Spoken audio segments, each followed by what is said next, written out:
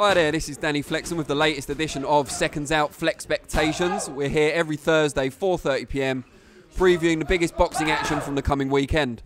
As you can see, or at least hear, we're in the middle of a busy gym, Tony Sims's gym near Brentwood in Essex. Got to the right of me, Felix Cash working out on the bags, Commonwealth middleweight champion. Behind me in the ring on the pads, you've got Craig Richards, light heavyweight, who had a great win over Jake Ball last time out. And if you look over in the corner, you might see budding superstar Conor Benn on the pads with Tony Sims, and you can see that he's so desperate to hit those pads that he has to be held back by some form of harness, some form of like domestic pet control, which I'm not sure about, but they seem to know what they're doing.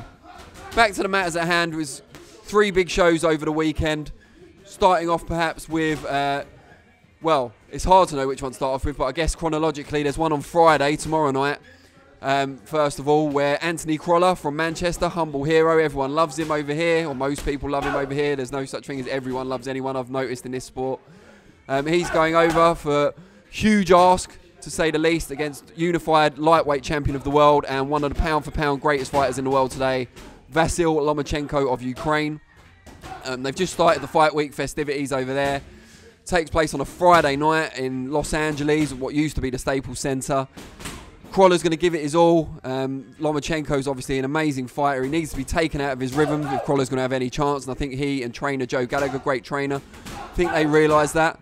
I wouldn't be putting my house on Crolla to make the upset, although the odds are very favourable.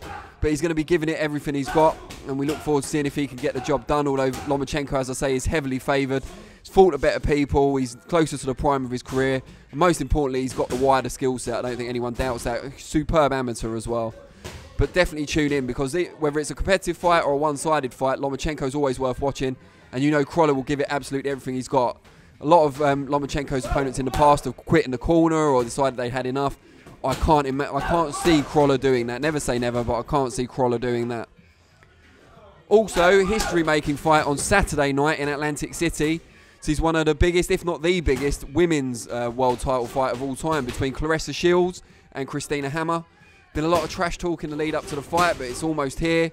They're really going to give it their all. Again, not a great deal of value in the fight. I think most people think that Shields is going to win on points, and the odds for that aren't brilliant. But, you know, I think Hammer's really good in her own right. She's naturally smaller, but perhaps a little bit more athletic, a bit more mobile. Shields is very physically strong. Not a great deal of pop from either lady, but Shields has got the amateur pedigree, which is going to be quite important. She's obviously the significantly younger woman as well. She is the pick to get the job done on points, but it should be a very competitive fight while it lasts. And a high-level women's boxing match. If you've only just started watching women's boxing, that'll be women's boxing of the very highest level. So I recommend you watch that. Also on Saturday night in Minnesota, there's a couple of decent fights there. One of which pits Caleb Truax, who a lot of you will remember from upsetting James DeGale and then losing to him in a grueling rematch for the IBF Super Middleweight title. He goes up against Peter Quillen, who was a world champion down at middle, but has been quite inactive on the comeback trail at super middle since getting smashed in about 85 seconds by Danny Jacobs. He's the nominal favourite with the bookies, which surprises me a little bit, because Caleb Truax is fighting in his home state.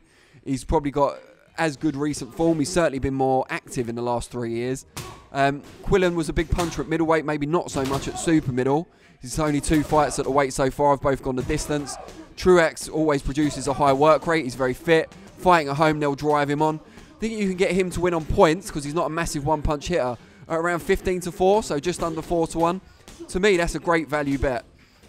But we want to hear what you think. What's the biggest fight of the weekend? Has Crolla got some chance, no chance, great chance? Let us know.